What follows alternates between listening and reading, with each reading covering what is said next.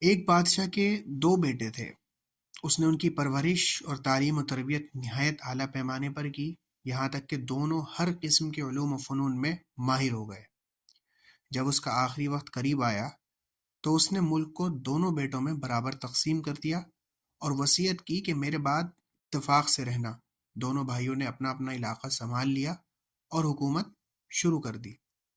ایک بھائی نہایت عقل مند، سخی اور منصف مزاج، اس نے محتاجوں کے لیے لنگر جاری کیے، مسافر خانے بنوائے، سرکاری محاصل میں رعایت کی اور رفاہ عام کے بے شمار کام کیے، یہاں تک کہ رعایا نہایت آسودہ حال ہو گئی۔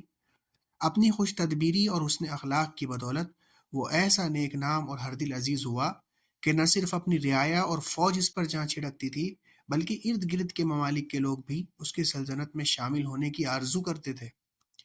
دوسرا بھائی بڑا ہی لالچی اور ظالم نکلا۔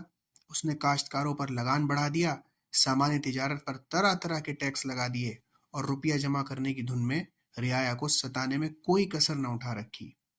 تھوڑے ہی وقت بعد لوگ اس سے تنگ آ گئے اور ملک سے بھاگنے لگے۔ نہ تجارت کی گرم بازاری رہی اور نہ کھیتوں میں سبزہ رہا۔ ملک کی ویرانی کے ساتھ بادشاہ کا خزانہ بھی خالی ہو گیا اور نظام حکومت بگڑ کر رکھا گیا۔ یہ حالت دیکھ کر دشمن اس پر چڑھ دوڑے۔ اس کی فوج تو پہلے ہی بد دل تھی، کیا ہی مقابلہ کرتی۔